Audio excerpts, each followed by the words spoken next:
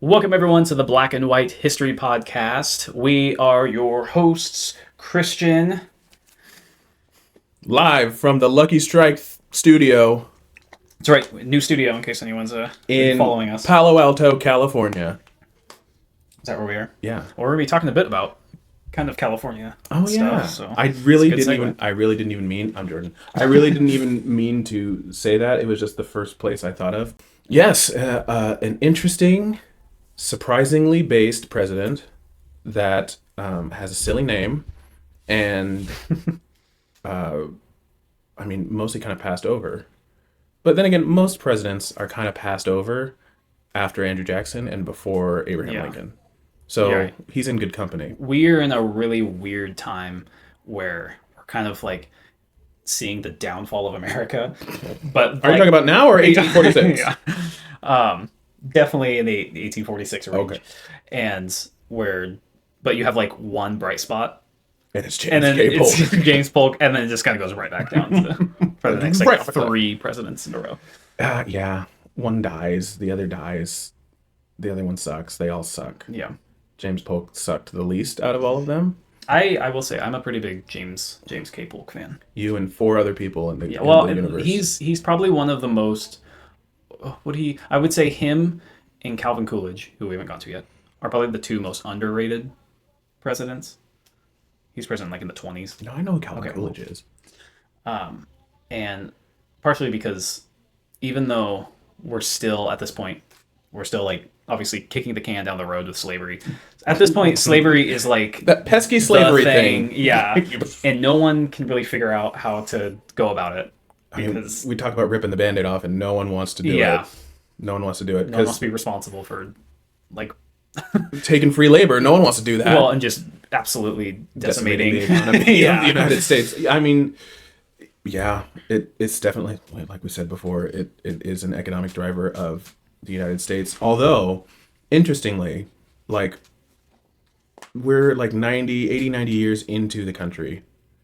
Yeah. And we're starting to see just like time progressing, technology advancing, like we're getting railroads and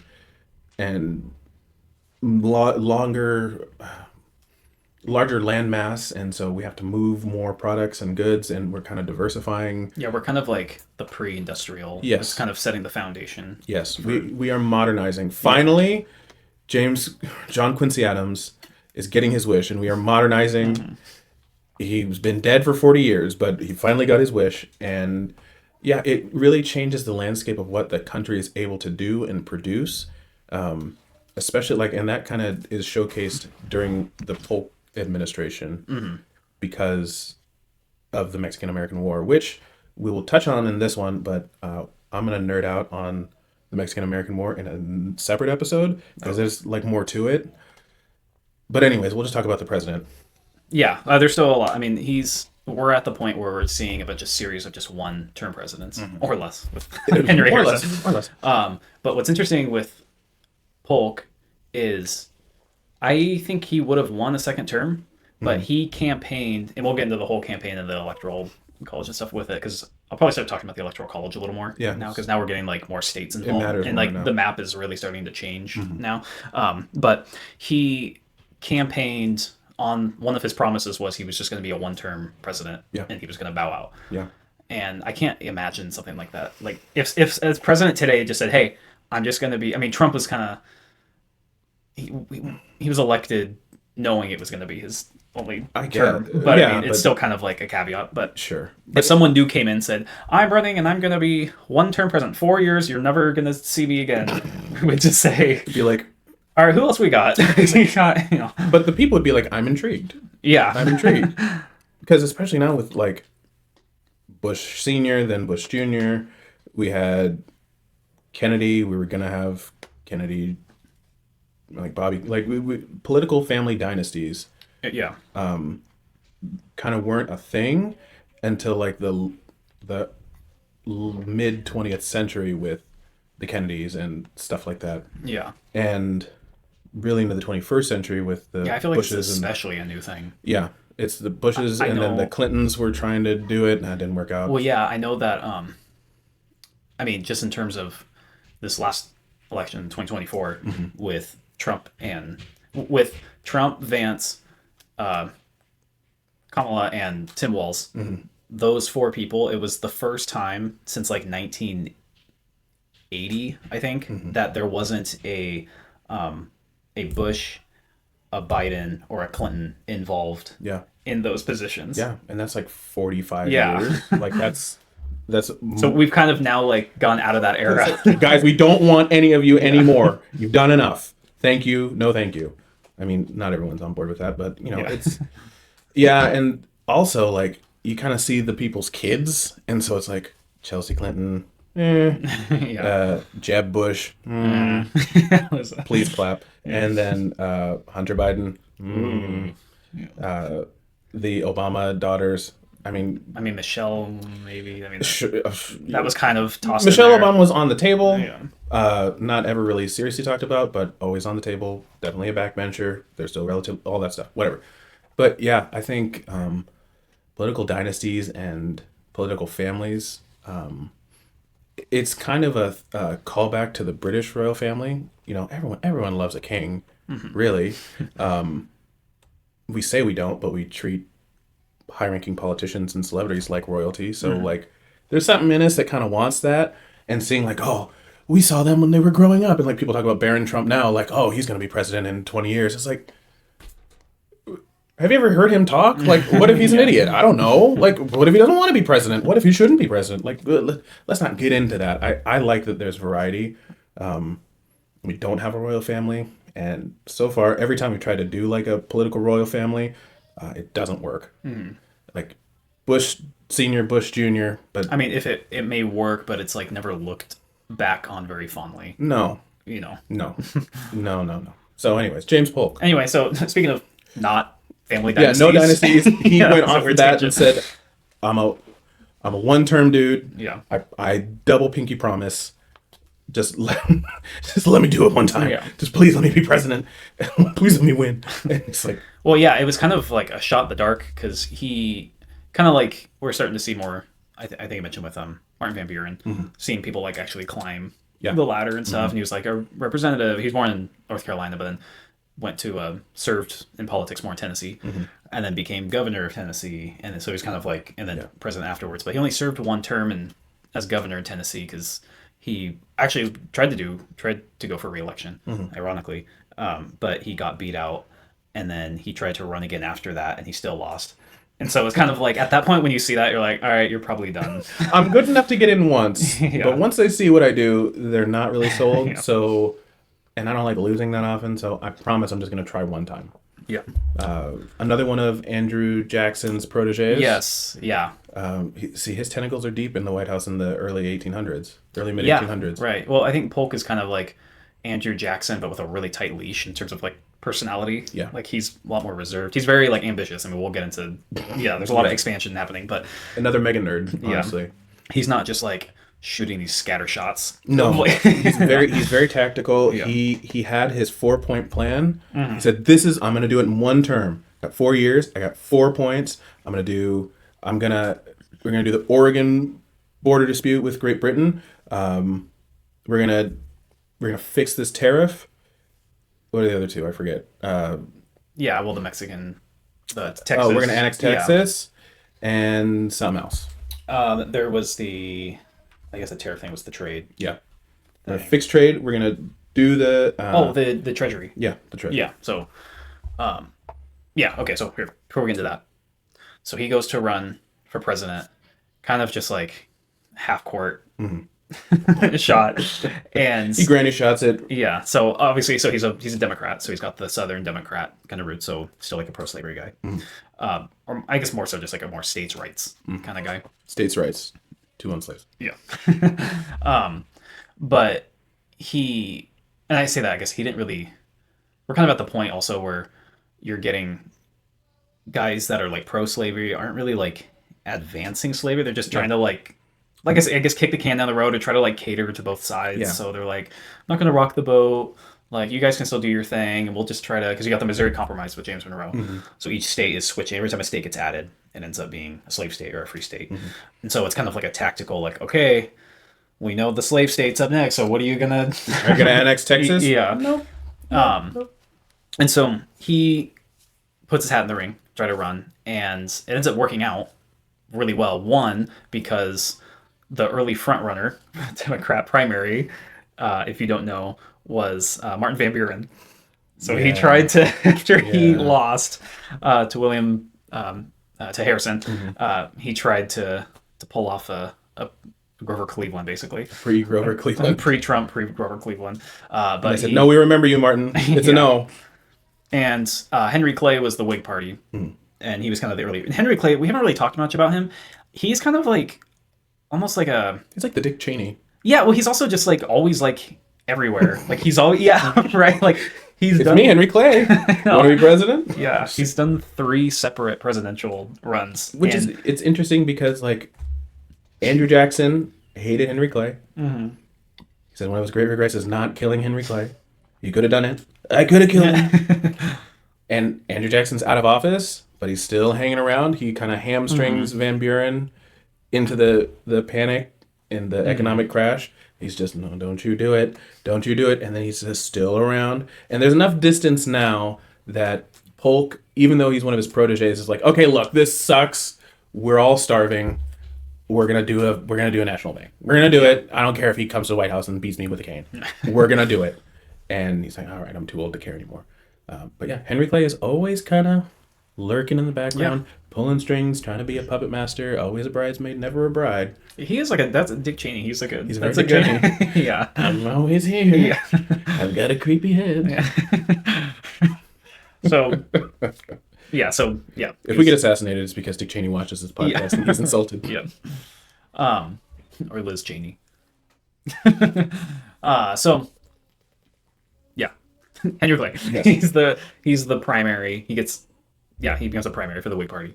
And then the main thing, like I mentioned with Texas, is that's the big debate. Everyone kind of knows that Texas is going to be the next state to be added, but that would be the next slave state. And so obviously that's like the big, what would be like compared now? Is Israel? Like, it's the issue. It's kind of like the issue. It's the issue. Yeah. And so this goes back to when we didn't really talk a lot about this, I don't think, but with because there wasn't much talked about with John Tyler. But this Texas being added was with his administration. Yeah, it was on the table. It was on the he table. Said, nope, not touching that. And there are a couple reasons for it. I mean, it goes back. I mean, we kind of got to delve into like Mexican history as it pertains to Texas. So, okay, Mexico gets its independence from Spain like 40 years before, and from that point on, like Mexico, Spanish Mexico, so just Mexico, was Texas all the way, like New Mexico, like this American Southwest, all the way up to California, basically to Oregon. A picture will pop up right now showing what the map. Put it in there. It looks like that. Yeah. It's a huge amount of land, mostly desert, mostly scorpions and snakes. It's rough. It's rough country. Really, like the southern part of Mexico is better for farming. But yeah, you're in the desert. California, all that stuff is good farmland, but that's way, way up there. Like it's bigger, about as big, maybe a little bit bigger than America is at this point. Yeah. And so Mexico wins its independence from the Spanish. They become self-governing, but it is like, think of our revolution where it took everything we had, all of our money. We had to borrow out of our years from Britain and France. Mexico had to do that same thing to win their independence from the Spanish. So they are broke. They are scattered. There's a massive... We had the advantage of being a relatively small country. Right, They're a massive country. And now they have to figure out governance for themselves. And there's like leadership changes hands like 40 times in like 30 years or something like that. And so there's this point where they're trying to... Because you also, remember, there's Native Americans here, like in the plains, in Oklahoma, and all that stuff in the Midwest. And they are raiding villages and cities in Mexico, and they don't have the people to really defend their frontier. So they call over to the Americans and say, hey, why don't you come over and settle this land, and you'll help us fend off the natives, and you can have land, and you'll be Mexico. You'll be Mexican citizens, but we'll give you some levels of autonomy, and it'll be fine. It'll be great. And there's a whole bunch of people. Stone Cold Steve Austin. He brings hundreds and hundreds of people into Texas. At that time, it's called Tejas. And fun fact, Tejas, like in the old Spanish, is actually a word for friend. Oh, I didn't know that. Okay. So the area was called like the province of Tejas, friend. the province of friends, because you're coming in and we're friends, and you know you're gonna be with us under our government, but you're gonna have some autonomy. And as Texans do, things are fine for a while, but there's so much land and the government is so unstable that they're just like, we kind of want to have our own thing, like our own state, not even a state, like our own country, our own republic, the Republic of Texas. And eventually they fight for Texas independence. That's where the Alamo is. They fight and they say they win their independence and they establish their border at the Rio Grande. And Mexico, the Mexican government does not acknowledge. They're basically a breakaway fringe group. They just don't have enough people, resources to take it back clearly. Like they don't. Sam Houston is another guy who really helped win Texas independence. So Texas is populated mostly by American settlers who have loosely won independence. Like they fought Mexico to a stalemate, but they are not formally America. So Yeah, it's this still is with the Texas. Alamo. Yeah, the Alamo was yeah. Texas independence. Yeah. And so they have won basically a stalemate. They say they won. Mexico does not agree to that. And there's just there's a lot of tension in that area. And throughout, like Jackson, Van Buren, Harrison, Taylor, the question of annexing Texas, formally adopting it back into the United States, is always on the table because it's a lot of land. It's a lot of land. It's good grazing, you know, some farmland, but it's just a big open area. Well, we're still in Manifest Destiny. Exactly. And Polk is a huge Manifest Destiny. So it's basically like in order for America to like still be around, we have to make it to the other side over the ocean. We can't be even like we surrounded. tried to get Canada too with the War of 1812 and stuff. That didn't work out. So it's like, okay, fine. At least let's just get to the Pacific Ocean. Yeah. That was a 40-year thing. And like you said, everyone is kind of kicking the can down the road because Mexico, while not organized, while not fully unified like the United States, they're not going to give up Texas. That is their land. They do not agree that Texas won their independence.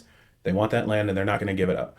So It's a huge mess. It's a big mess, and no one knows to, no one knows who is actually right because it's all just It's kind of hearsay. It's Yeah. out on the frontier. It's like Wild West justice. Like, well, we won. No, the border's here. It's like, no, it's not. It's here. Yeah. And both people are right and both people are wrong. So, and this is the powder keg of like, if we annex Texas, number one, it brings up the slavery issue because it will. If we don't have another state before that, it's definitely going to be a slave state, and it's going to be a big old slave state. Yeah, bigger right. than a lot of other states put together.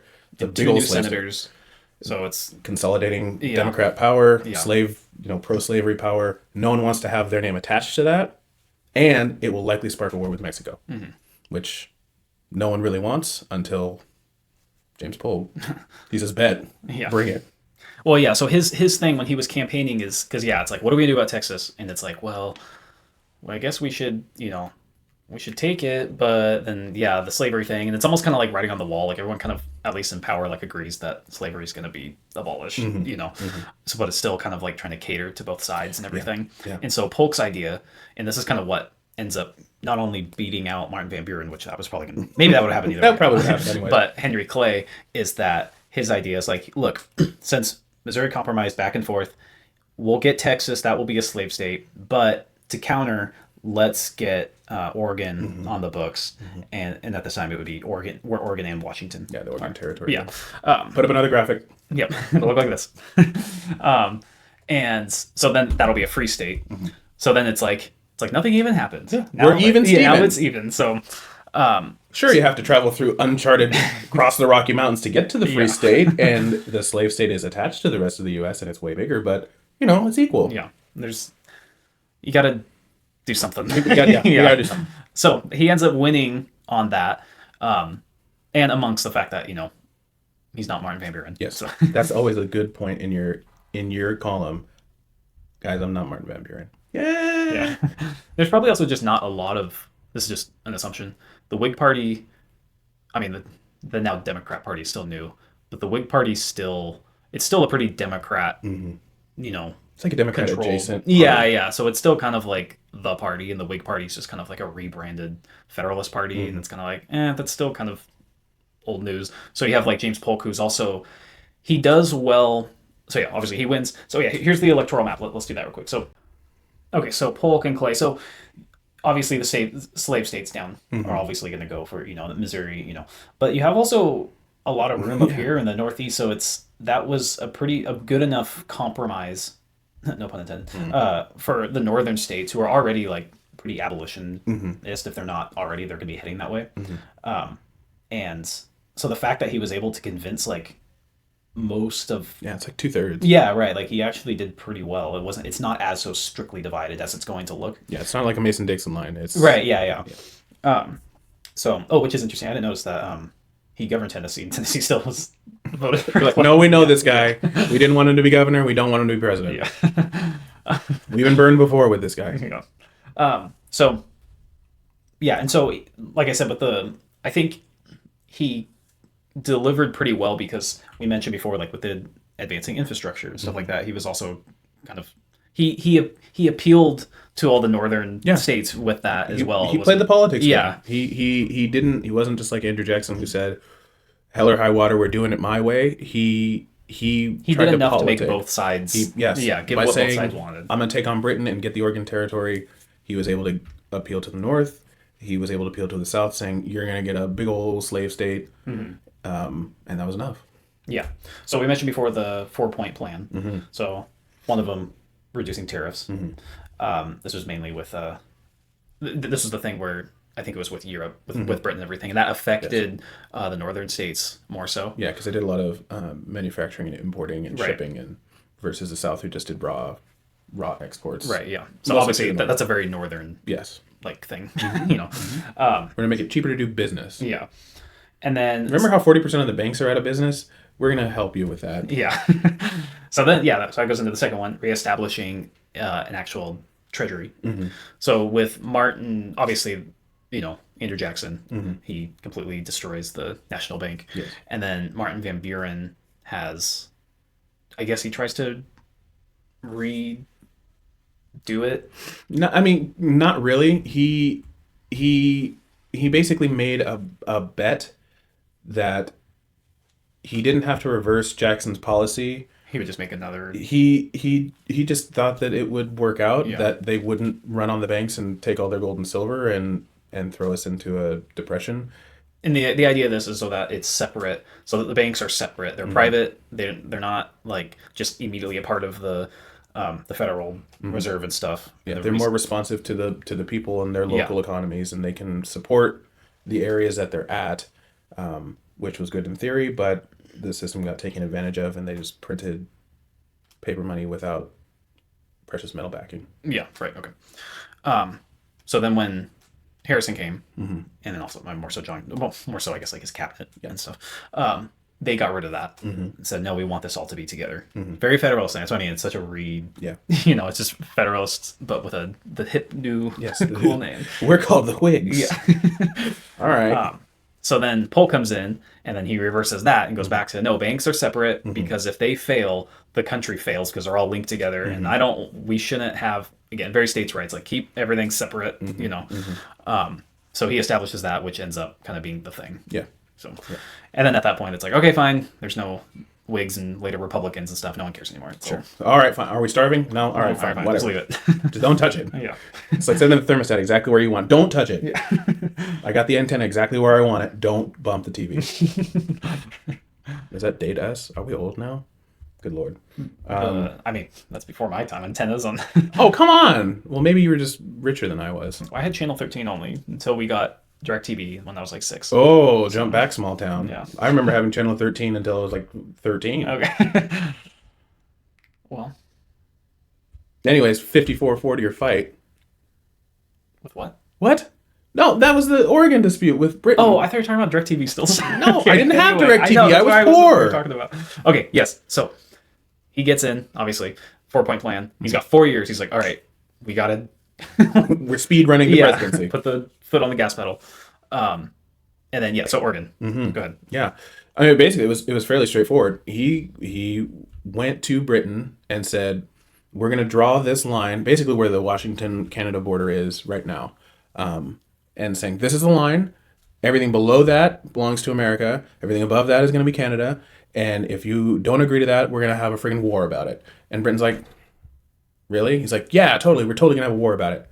And it's like, "Fine, just fine, have it. I don't even care." It's kind of like, The British Empire is basically dissolving. well, and also it's such an what's the word? I mean, the Oregon Territory is like, they have to go, so it's not like this was New York where it's like, oh, there's one ocean, like it's on the other side of the country. It's on the other side of the continent. Pain in the butt. You have to float across the ocean in a tiny wooden boat powered by the wind, Yeah. land, then cross uncharted territory, forest, and near the Arctic Circle, and there's bears and Indians and tigers and all that stuff to get all the way to British Columbia. Yeah. Woo! What do we have there? Beavers and trees. Woo! Woo! I mean, the Willamette Valley is super good farming, but like, Is that why it's called that then? I never made that connection. That British Columbia, because Yes, 'cause it was they British. originally had the Oregon Territory. Okay. That's why all of like the Columbia brand is like, because that's what it's called. Oh, okay. Yeah. The Columbia River. Okay. It's all I coming didn't know together. that. Yeah. Yeah, the British Columbia, and but yeah, like it's such a pain in the ass to get there, and then to get stuff back there. They're like, well, you might as well just give it to the Americans. Like, are we really gonna have another war? Can we even, like, how are we gonna march troops over there? Like, there's not roads from there's not roads from Toronto to what's the city over there? Vancouver? I don't know. Yeah. Like, it's logistically hard. Polk says he's gonna have a war about it. We're just barely in recovery economically. Just friggin' have it. I don't even care. And so Polk is like, we did it. Okay, Yeah. let's fight Mexico. Well, yeah. So what's interesting though is he tried to first buy all what he wanted with the Mexico, Yeah, he offered them a nickel and 4 blueberries. and yeah, I don't. Let me see how much It was like $30 million. Well, so yeah, it was something like that because then after okay, so yeah, so they offered. I don't know how much that would be today, but Not market value. yeah. Well, I mean, the thing is though, like what you mentioned, I mean, Mexico's like hanging by a thread. Yeah, they could use that money. Yeah, and so they just say no, and they just walk away without even a counteroffer. No, they don't even take the meeting. They're like, Yeah. hey, we'll buy this, and we're sending an ambassador. Like, don't bother. We're not selling. And it's like, are you sure? It's like, I want to buy your car. It's worth $30,000. I'm going to pay you 10. You're like, no. I'm like, okay, well, I'm just going to come to your house and rob you for it. I'm just going to take your car. What are you going to do? Stop me? We're going to try. And they tried. Yeah, well, and then I mean, there's also just a third party aspect of they're fighting the revolution against Cuba, which is Spain. So it's just a huge mess. And obviously, I can understand. We'll get into this more, I guess, with how the war started and stuff like that, because there's obviously some shrewd politicking Yes, there happening is. with it. But Yes. I can understand the fear of like, geez, like we're kind of cornered where you have, Mexico going up this high, and we're just like up at the top with the Oregon Territory and everything, and it's like we're kind of just sandwiched in. It's like I said, with the Manifest Destiny, like let's just get to the whole spread. Yeah. And who knows? I don't know that'd be really weird if Mexico just stayed like that and we just worked around it. Yeah, yeah, I can't see, like, look at Europe. Europe is just like a bunch of countries mashed together, but they've been fighting over like the same, like think of Russia, Ukraine, like a similar thing. Yeah. Where like, we're going to annex this because we're culturally Russian, but you call yourselves a different country. And, oh, no, we're taking it back. No, we're fighting. No, we're independent. We don't want any part of it. Like, history doesn't rhyme, but it does, or dang it, I messed up my own catchphrase. History It doesn't repeat, but it does rhyme. So that's the exact same scenario with Texas, the United States, and Mexico. And then, yeah, Mexico being basically equal in landmass to the U.S., Britain to the north, Mexico to the south and the west. There's no way that you could have had, in my opinion, whatever, people do stuff, like Britain worked because it's an island. You have to work really hard to get over there. And the British and the French, they did work really hard for 100 years to get back and forth to try to kill each other. So like being on the same continent and sharing, being countries of equal landmass, it's just a logistical nightmare unless they're equal trading partners. But Mexico was very, very, like they weren't a fully established industrialized country like the U.S. was. I mean, yeah, becoming. it's just too big, and there's not enough people that live there. Yeah. Like it was just most of it was just like nothing. So kind of what you said earlier with the colonies, it was all basically kind of just on the border of the, like, you know, just that line down And it was there. all decent farmland too. Yeah, yeah. I mean, yeah. A lot of Mexico, it's all just. I mean, this went up to part of like Colorado and Yeah. just the Rockies and Yeah, like they don't grow stuff there. They just Yeah. they graze cattle because all that grows there is nasty grass. Yeah. But yeah, so when we end up like acquiring all that, and now it's like Acquire. yeah, when we win the war, We just stumbled across Yeah. it. Look at this! I found the deed yeah. to half of Mexico. Yeah. Wow, isn't that great? Well, we did Thanks, Zachary Taylor. when we signed the treaty, the Hidalgo. Guadalupe Hidalgo. Yeah, Guadalupe Hidalgo. I know that we acquired because this is also a huge mess with Cuba, with Spain and everything, and so we just like cut through the border, and then just like paid off all the debt. Yeah, we like paid them $15 million. Yeah, $15 and million, we took, and then we took $3 or $4 million of their debt on. yeah, So we helped them out with, like indirectly. We it's helped kind of them like with their as fair as it could have been. hey, sorry we took your car and your house and your shed, but you know, you can keep the backyard Yeah, and we'll pay off the house. yeah. We'll pay off the backyard. Thanks, I guess. Now we have cartels. Great. Yeah, no, I'm excited to get to the Mexican-American War part because it's That's super interesting. Santa Ana or Santa Ana. There's some. You think America's sketchy? There's Yeah. No. some weird stuff going on with that, but I was also going to say since now that we have California, it's all kind of just uncharted territory basically or whatever. He did oversee the gold rush too. Yeah. In 1849. Yeah, so right 1848. before- yeah. So the Mexican-American War goes on for like a year and a half or so, and which is fun. It's crazy how much like I mean, in one term, this is a lot of stuff, and I haven't even talked about Florida gets added as a state. I think like Iowa and like Wisconsin, like we're really like starting to the map is fleshing out a ton. And with Polk being such an expansionist, that manifest destiny, he's just like, no, we need to I need more land. we need more. Feed me more. Read more natives.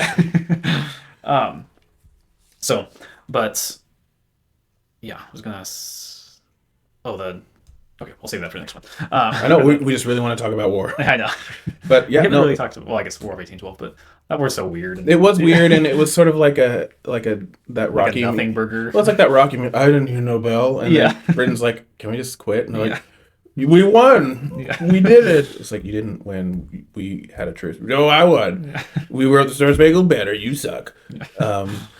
Yeah, I mean, Polk. He was, especially the Mexican-American War. Like, it's hard to separate the two, like for episode's sake, but like that took a lot of his time and focus and energy. Like he wasn't just like, all right, you guys have a war and generals, you go run it and tell me how it goes. He was like, no, we're going to do this and we're going to do that. And you can't be here and we got to do this and we got to do that. He had his little grubby fingers in everything.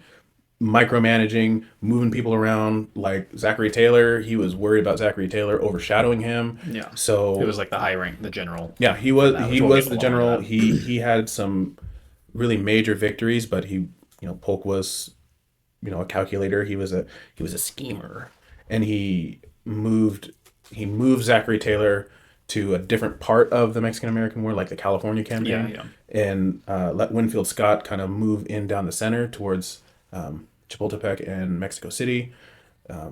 But that wasn't because Zachary Taylor wasn't a good general. He was a good general. It was because Zachary Taylor was a political threat to Polk, which doesn't really make sense because Polk said he was only going to run one time. But also, like, you can kind of see behind the scenes, like, hey, if I can pull this off, I might actually get a second term. And then, it wouldn't have worked anyways. But yeah, he worked like 10, 12-hour days. He worked himself basically to death. Yeah, well, And then he drank the Virginia's Foggy Bottom water. Yeah. And he died of Foggy Bottom. so so one term, he's done, he's out. Zachary Taylor then becomes president. I guess like the second and only Whig, or I guess John Quincy Adams was a Whig. So I guess the third and final Whig, and then they're done. But which we'll get into that. But Good riddance. and then he leaves because it's one of those things where it's like, oh, like he totally could have managed doing a second term, but he actually ends up dying 3 months after he leaves office. Cholera. So, yeah, there's kind of this. I don't know how 100% confirmed it is, but it seems like the likely thing is with a lot of these presidents, and probably even more so than that. But Harrison and Polk and then Zachary Taylor will die in office really soon. You have Spoiler. Yeah, and then even if they don't die in office, they die really soon after they leave office. And it seems like there's kind of this theory of like how bad the water supply was. Yeah. I mean, I think you said like DC is just kind of like a swamp. It is a swamp. It is a literal swamp. So it's weird how like this time of like 30-ish years, a lot of people specifically in DC are dying like pretty quickly. Yeah, they're pooping themselves to death because they drank the water. Yeah. You need bottled water in DC, and I might recommend that today, honestly, just for different reasons. But yeah, DC has always been known as like, this place sucks. This does not have the prestige of New York or Philadelphia or Boston. This is kind of a podunk, backwater, crappy place. But okay, fine. But yeah, it's a literal swamp. Yeah. It sucks. Have you been to DC? It kind of sucks. I went in the summer and it's hot and humid. It sucks. I've heard. Did I tell you it sucks? Yeah, draining the swamp is like a political thing, but also like if you can just drain the Potomac, that would probably increase the value of Virginia and Washington D.C. I don't know. No shade to Virginia, I guess it's probably pretty nice, but D.C.'s not. So yeah, I mean, that's basically Polk, and again, it's hard to like not delve into the Mexican-American War while talking about Polk, but I mean, holistically, he got a lot done. Yeah. He got a lot done compared to basically all of his predecessors until like back to, we're talking like Jefferson and like Madison, Jefferson, Monroe, like those guys and what they did, and then nothing.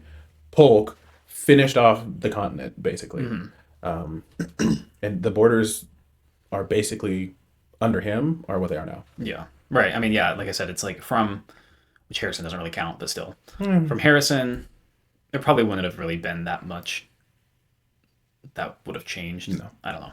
Who knows? But We'll never know. at least with Tyler. And then, all the way to Lincoln, you got like 6 guys in the middle there, and like we're the only one. And which is unfortunate, he's kind of been lost to history. Yeah. But Polk being like like I said, the only bright spot. And then it just kind of like goes back down to where it's like, all right, slavery, we're just gonna sit back and let this tap sort my of foot happen until yeah. I wonder if it's sort of like a regional thing, because I imagine, like, we know a lot of people who are from Texas who live in Texas.